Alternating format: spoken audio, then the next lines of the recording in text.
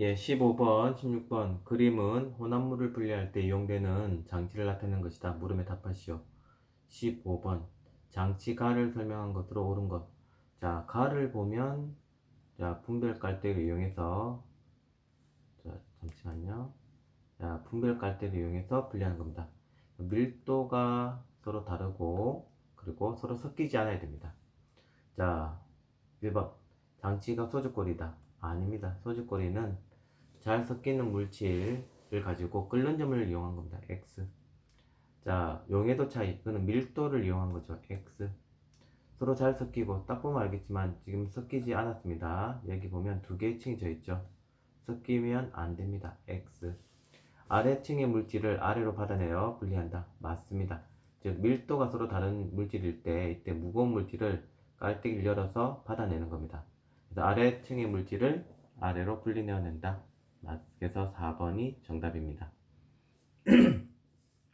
자, 16번. 가다를 이용해서 분리할 수 있는 혼합물을 옳게 짝지은 것은 물과 에테르. 물과 에테르 맞습니다. 밀도가 서로 다르기 때문에 가 장치를 이용해서 분리하는 게 맞습니다. 사금은 다, 식용유는 가, 그리고 염화나트륨과 나프탈렌은 다, 알찬비흡시아 측정기는 나.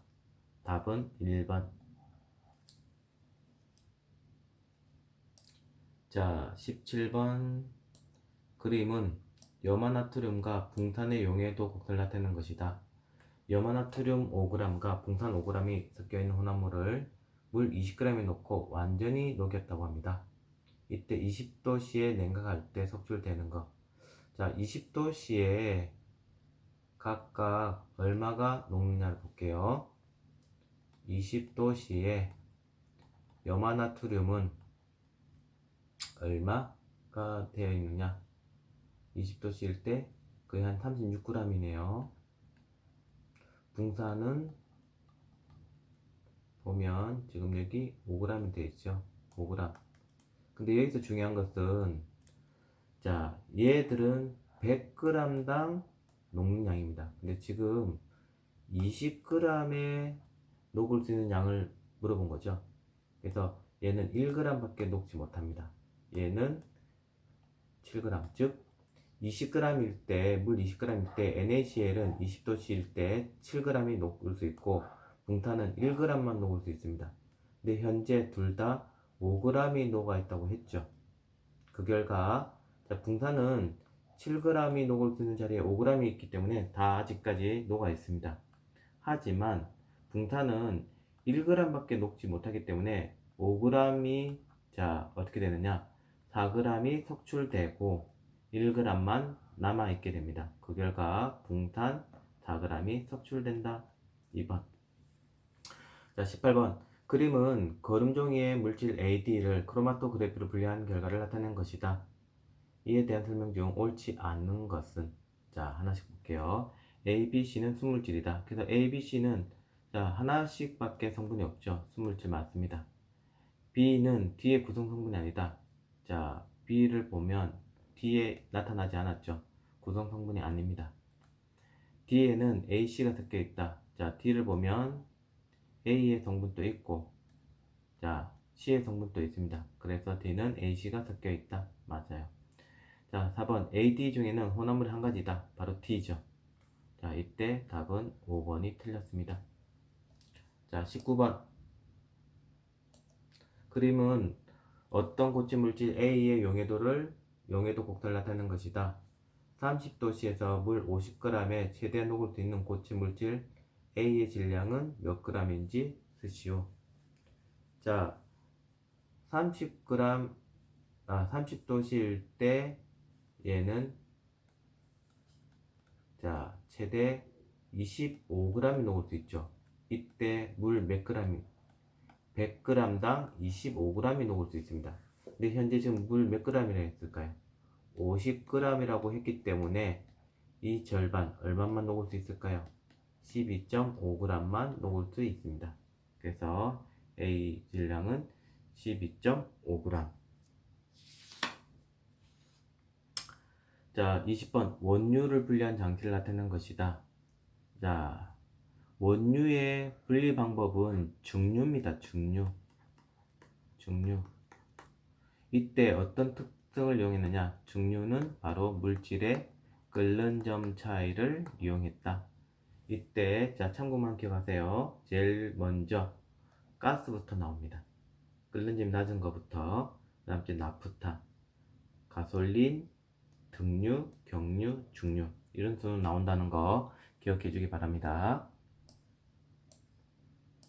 자, 21번 문제는 안 나왔는데요. 선생님이 말로 잠시 설명할게요. 높은 산에서 밥을 지으면 살이 서익는 현상이 나타난다. 끓는 점과 관련지어 서술하시오. 자, 높은 산에 올라가면 여러분 알다시피 기압이 낮아지죠. 기압이 낮아지면 끓는 점도 낮아집니다. 그래서 혹시 간혹 기억이 안 날 때는 압력밥솥을 떠올리세요. 압력밥솥은 열을 가해서 압력이 증가하는 거죠. 이때 압력이 증가하니까 끓는 점도 같이 증가합니다. 그래서 음식이 더 높은 온도에서 익기 때문에 더 맛있게 익는 겁니다. 그래서 다시 문제로 돌아오면 높은 산에서 밥을 지면 설 익는 이유가 기압이 낮아져서 끓는 점이 낮아지기 때문에 밥이 설 익게 되는 것입니다. 22번. 자, 표는 25도씨 일기압일 때 기체의 밀도를 나타내는 것이다. LNG와 LPG의 가스 누출 경보기를 설치하기 적당한 위치를 쓰시오. 자, 방안이 있습니다. 건물이 있습니다. 이때 LNG와 LPG도 기체입니다. 여기서 중요한 것은 이애들 밀도가 공기와 어떻게 차이가 있느냐 비교하는 겁니다. 보시면 LNG는 공기보다 밀도가 작죠. 얘는 가볍습니다. 그래서 쉽게 말하면 공기보다 가벼워서 LNG는 위에 뜹니다. 그래서 가스가 누출되면 위쪽으로 올라가게 됩니다. 왜? 밀도가 낮아서 가볍기 때문에, 무엇보다 공기보다. 하지만 LPG는 우리가 주변에 있는 이런 통 안에 들어있는 게 대부분이 LPG입니다. 얘는 공기보다 밀도가 크죠. 쉽게 말하면 가스가 누출되면 공기보다 무거워서 밑에 깔립니다. 이게 LPG입니다. 자, 얘는 무겁다. 무엇보다? 공기보다. 그래서 LNG는 공기보다 가볍기 때문에 누출되었을 때 그 경보기를 위에 설치하는 겁니다. 하지만 LPG는 공기보다 무겁기 때문에 경보기를 아래에 설치하는 겁니다. 참고하기 바랍니다. 자, 23번. 기온이 올라가면 어항이나 연못 속에 있던 물고기가 수면 가까이 올라와서 입을 뻐끔거린다. 그 까닭을 기체의 용해도와 관련지어서 설명하시오. 자, 중요한 것은 기온이 올라가죠. 자, 온도가 올라가면 기체의 용해도는 낮아집니다.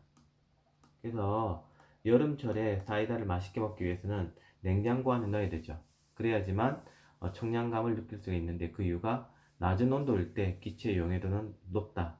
반대로 말하면 온도가 높을 때 기체의 용해도는 낮아진다. 따라서 여름철에 온도가 올라가면 물속에 있는 산소의 용해도가 낮아져서 물고기가 호흡을 하기 위해서 수면 위로 올라온다. 자, 다음 문제. 오래된 달걀과 신선한 달걀을 분리하기 위해서 소금물에 넣었더니 모두 가라앉았다. 달걀을 분리하려면 어떻게 해야 되는지 쓰고 그 까닭을 서술하시오. 자, 통이 있습니다. 이때 오래된 달걀은 부패가 되어서 안에 항화수소와 같은 기체가 탑니다.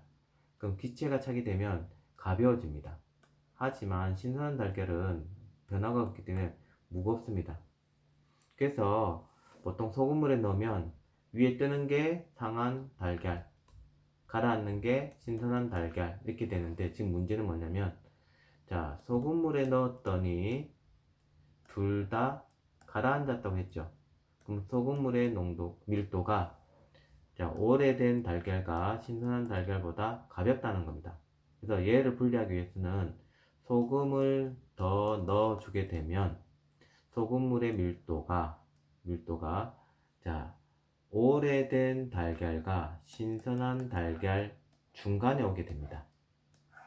그러게 되면 자, 오래된 달걀은 뜨게 되고 신선한 달걀은 그대로 가라앉게 됩니다. 그래서 소금물을 넣어서 소금물의 밀도를 높아지게 되면 오래된 달걀과 신선한 달걀 중간에 밀도가 오기 때문에 분리할 수가 있다. 이렇게 기억하면 되겠습니다. 25번. 자, 그림은 수성사인펜의 잉크를 분리하기 위한 실험 장치를 나타낸 것이다. 이 실험의 원리를 활용하여 혼합물을 분리할 수 있는 예를 두 가지만 서술하시오. 자, 이 실험의 원리는 크로마토그래피죠. 자, 크로마토그래피. 자, 얘는 조금 전에 했던 잉크의 색소를 분리하거나 또는 자, 운동 선수들이 약물을 했는지 안 했는지 판명하는 도핑 테스트에 사용됩니다. 그래서 크로마토그래피, 색소 분리, 도핑 테스트. 자, 과학 좋아합니다.